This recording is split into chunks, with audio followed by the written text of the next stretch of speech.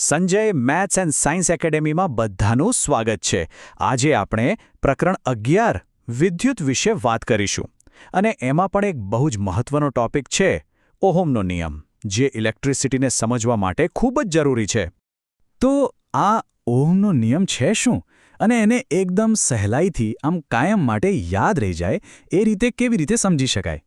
ચાલો જોઈએ. આને સમજવા માટે ચાલો એક સિમ્પલ ઉદાહરણ લઈએ. ખાલી એટલું વિચારો કે આપણી પાસે પાણીની એક પાઇપ છે. હવે તમે કદાચ જોયું હશે, ખરું ને, કે જો પાઇપને વધુ ઊંચાઈએથી પાણી આપવામાં આવે તો પાણીનો ફ્લો કેટલો ફાસ્ટ હોય છે. બસ આટલું જ યાદ રાખવાનું છે. જેમ ઊંચાઈ વધુ એમ પાણીનો પ્રવાહ વધુ ઝડપી.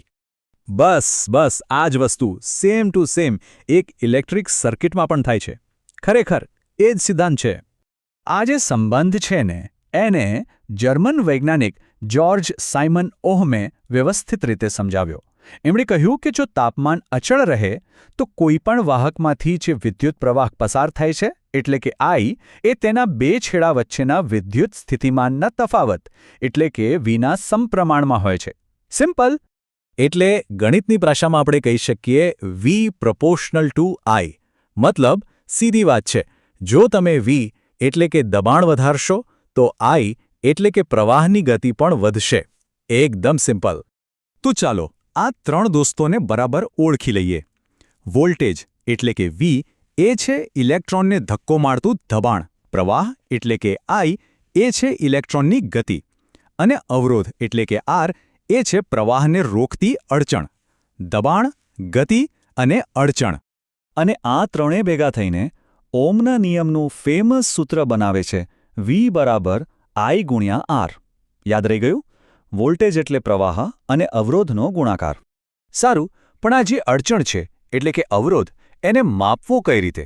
તો એનો SI એકમ છે ઓહમ, અને એને બતાવવા માટે ગ્રીક અક્ષર ઓમેગા એટલે કે ઓમેગાનો ઉપયોગ થાય છે. તો પછી એક ઓહમ એટલે કેટલો? સમજો, જો કોઈ સર્કિટમાં 1 વોલ્ટનું દબાણ આપવાથી 1 એમ્પિયર જેટલો પ્રવાહ પસાર થાય તો એનો મતલબ કે એ સર્કિટનો અવરોધ 1 ઓહમ છે. બસ આટલું જ. અને આ ખાલી થિયરી નથી હો, રિયલ લાઈફમાં પણ આનો ઉપયોગ થાય છે. રિયોસ્ટેટ નામનું જે સાધન છે ને, એ બસ આ જ કામ કરે છે. એ અવરોધને ઓછો વધતો કરીને કરંટને કંટ્રોલ કરે છે. એકદમ આપણા પાણીના નળ જેવું જ કામ. હજી પણ કન્ફ્યુઝન છે? ચાલો એક પ્રેક્ટિકલ ઉદાહરણ જોઈએ એટલે બધું ક્લિયર થઈ જશે. ચાલો દાખલો જોઈએ. આપણી પાસે એક બલ્બ છે જેનો અવરોધ એટલે કે R 1200 ઓહમ છે અને તેને 220 વોલ્ટના સપ્લાય સાથે જોડ્યો છે, એટલે કે V બરાબર 220.